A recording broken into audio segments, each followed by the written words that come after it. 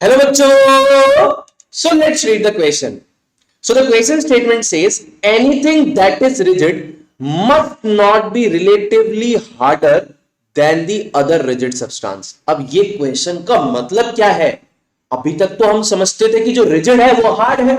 अभी क्वेश्चन बोल रहा है कि anything that is rigid must not be relatively harder than the other rigid substance. मतलब मान लीजिए कोई सब्सटेंस आपका रिजिड है तो वो दूसरे सब्सटेंस से रिलेटिवली हार्डर नहीं हो सकता. जरूरी नहीं कि उससे हार्डर हो और दूसरा सब्सटेंस भी क्या है, रिजिड है. तो इसको एक एग्जांपल समझते हैं, ज्यादा अच्छे समझ में आएगा.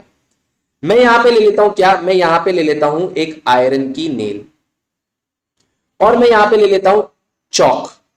ठीक है. अब अगर मैं पहले बात करूं कि ये दोनों रिजिड है कि नहीं है, पहले बात करते हैं कि ये दोनों रिजिड है कि नहीं है, इसको एनालाइज कर लेते हैं.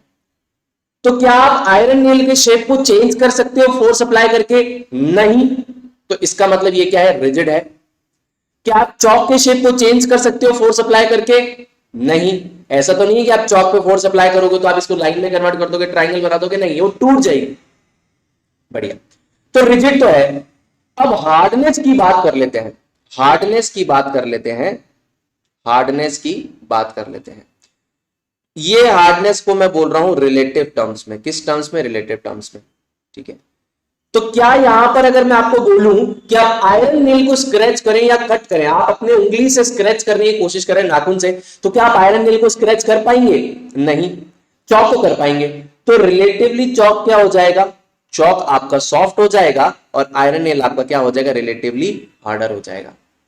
So anything that is rigid must not be relatively harder than the other rigid substance. अगर मैंने बोला कि चौक आपका रिजिड है तो जरूरी नहीं कि रिलेटिवली हार्डर हो किससे? आयरन नेल से. ठीक है. तो ये बात आपकी क्या है? ये बात आपकी ट्रू है. क्या है? ट्रू.